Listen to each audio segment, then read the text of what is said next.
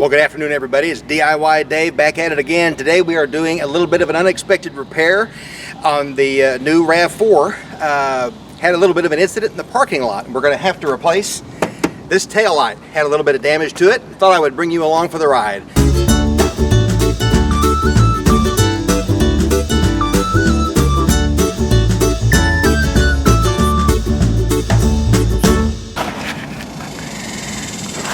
So to give you just a little bit of background on this, we were in a parking lot at a local shopping center, and on a strange little service road we had a bit of a near miss, if you want to call it that, with another vehicle, and we brushed up against each other just enough where we cracked the lens on this tail light.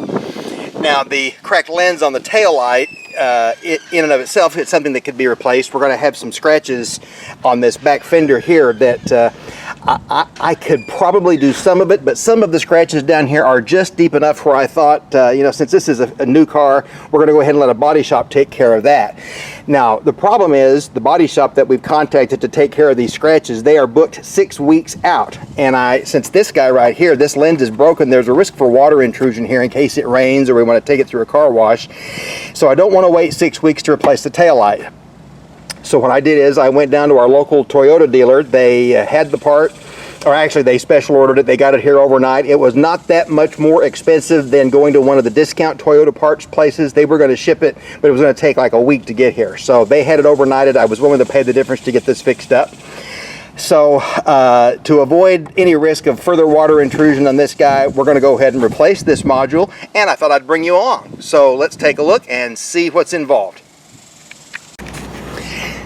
Now, when I first started looking into what would be required to get this repair done, I thought sure that there might be a need to replace or at least remove this inner panel to access the screws, and that was kind of a daunting thought. But then I noticed this little patch, this little panel right here that just snaps on, and notice, voila, it snaps right off, and there are two mounting screws that come off of the flange off the side of this unit.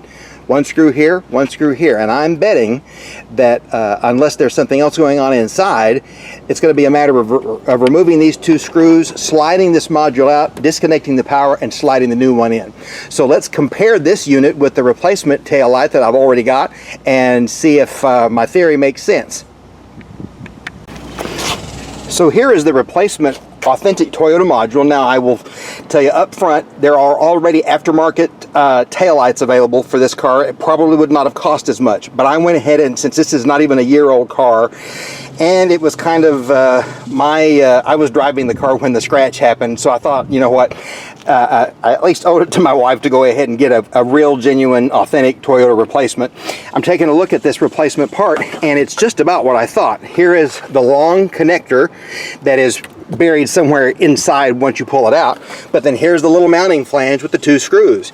It looks to me like we pull those two screws out, we slide this module out, disconnect the electrical connector, and then slide it back in, put the two bolts back, and it's done. Now, something that is worth noting as I was going through this, let me close the latch on this and show something. This is part of Toyota's unified, this vehicle is now part of Toyota's unified body system, body chassis platform on which they're building essentially all of their newer cars. And I'm wondering if perhaps this is an artifact of that design to make this taillight disassembly simpler, because it looks really simple. If you happen to have one of these vehicles and you need a taillight, be sure to keep in mind there are two distinct taillight parts. This one is considered the body taillight because it goes into this right rear quarter panel. This one is mounted into the lift gate. It is a separate part number and a distinct part number, and you have to make sure that if you order it, you call your Toyota dealer, you got to make sure that you're telling them that you want the lift gate part or you want the body part. That's an important distinction.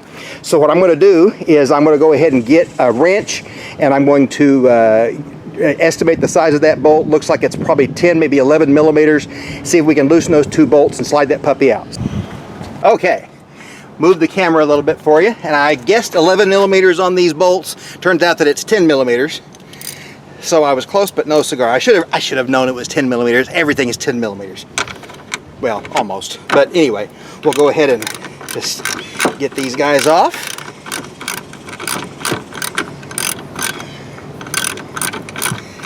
I could have put this on the power drill and saved myself a couple of seconds, but yeah, what the heck, we'll just do it this way.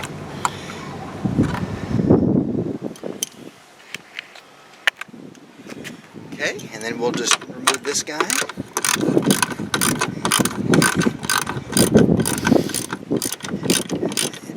Yeah, the body shop that I had picked to do the paint touch-up on this back fender here, this back bumper, said he was backed up for 6 weeks. I don't know exactly why. I suppose it's possible. We had a huge hailstorm that ran through an area about 10 miles south of Oklahoma City several weeks ago, and there are still people getting windshields and house windows and siding replaced because of the damage. It was so extensive. So that's possible. And in fact, there's a stretch of auto dealerships called the Magnificent Mile of Cars in Norman, and it's a variety of dealerships, and a bunch of them had tens of thousands of dollars of damage to various cars because their windshields were popped out, because these were huge hailstones that destroyed a bunch of cars. Okay, enough digression and chatter. We've got the 2 bolts out, so let's see if we can't slide this puppy out. Okay, feels like it's still tugging on something.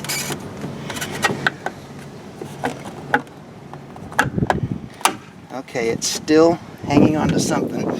So let's compare. I don't see anything on this side. I don't see anything on this side other than these 2 bolts. So let's look around to the other side. What might be holding this thing in? And I'm going to make a guess that might be a little friction clip that might just need to be worked loose, because I don't see anything here that looks like a screw or a fastener that would require me to undo this guy. So let's just be cautious and diligent and see if we can go ahead and make sure you all are taking a look at this.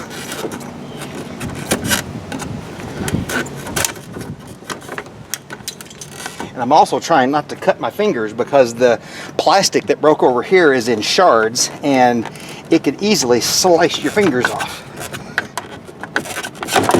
Aha! Got it. It popped out all at once, but it came out. So now, one of the things that we're going to look at is this power cord right here. Now, notice that we have this water gas. See, I cut myself on that sharp plastic. You have to be really careful. So here is a water seal that goes on the cord to prevent water intrusion into the rest of the body. And that part is right here. Can you see that? I'm having a tough time. It's a real bright sunny day. I don't know if you can see that. Let me move the camera just a smudge. So there's that. So we need to pull this guy out.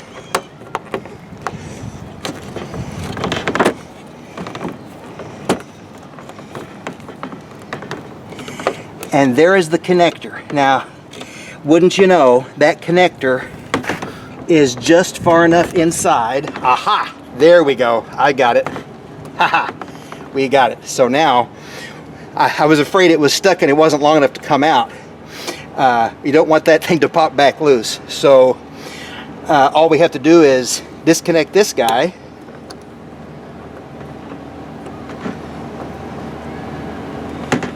And we'll connect the new one back in. We're almost there, folks.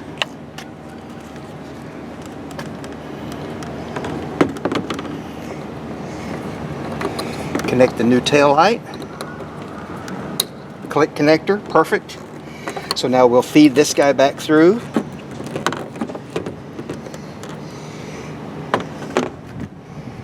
Just need to get that little water gasket tucked in there. Ha! Perfect. It now is solid and sealed all the way around.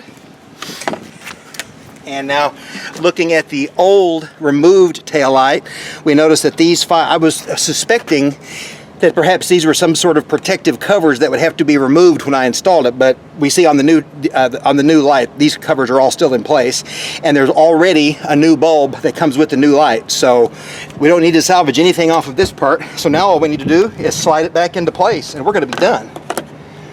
So there is a little plastic washer, a little plastic clip over here on the far side. I don't know if you can, you can't quite see it. Here, let me move the camera once more.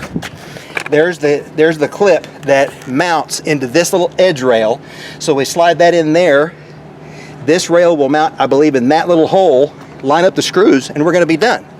So let's move this back here. That's a pretty good view. There's our new screw, or new mount. We will put that guy right there.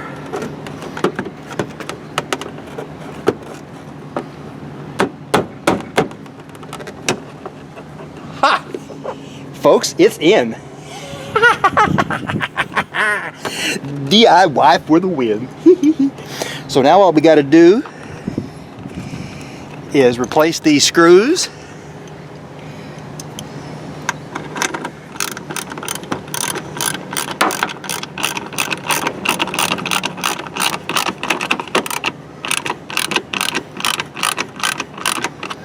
Put that in there nice and sound. Get the other screw in.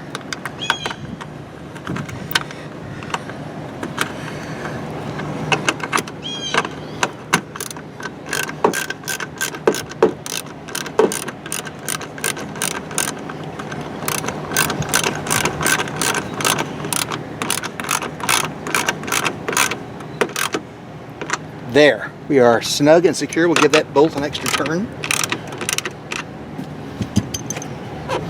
And folks, we are in.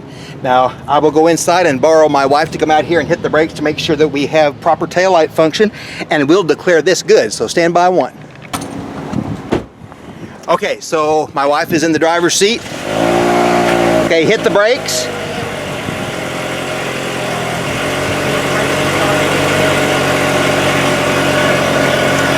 Okay, let up on the brakes. Okay, right turn signal. And emergency flashers. Okay, that's on the top deal. So I think we're good to go. Do you want to close it and check it again? Do what? Do you want to close the hatch and check it again? Sure, we'll go ahead and close the, yeah, we're gonna go ahead and close the hatch and verify.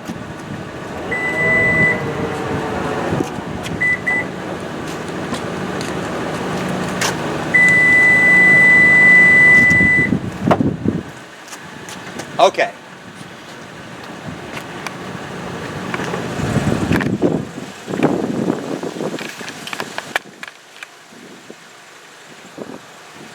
Okay. Reverse lights, right turn signal. Right turn signal. Okay, left turn signal. Brakes. Oh, okay. I think we're good. Okay, folks, looks like we had a successful replacement on the taillight. It was super easy. 2 bolts and a little bit of a small amount of elbow grease. We've got a completely functional replaced taillight, good as new. One of the reasons you could legitimately ask, why not just let the insurance take care of all of this? Well, one reason, as I already mentioned, it was broken. The lens was broken. You can't get lenses separately. You have to get the whole module, and that allowed for the opportunity for water intrusion from rain or car washes. That's number one. But the number 2 thing that'll make you a friend of your insurance company is if you had gone to a dealer or to the repair shop and they did this, they would have bought the part, but they would also have charged probably a half an hour to an hour of labor, probably in the ballpark of $100 an hour, give or take your regional rates. Don't have to pay that with this one. The insurance company won't have to pay it. They'll put a little note in your deal as long as you provide them a receipt, and you'd have to check with your own insurance provider. But if you provide them a receipt and show that it was legitimately broken and you paid for it, they'll credit that to your claim and reimburse you for it. So just as if the dealership did it. So bottom line, this is fixed. This is an easy repair. This taillight assembly replacement is trivial, and you can do it yourself. I want to take a moment to thank you guys for watching. We hope you have a blessed afternoon, a blessed rest of your summer, and hope we catch you next time. And if it's worth doing at all, it's worth doing yourself. Thanks for watching, everybody. Bye-bye.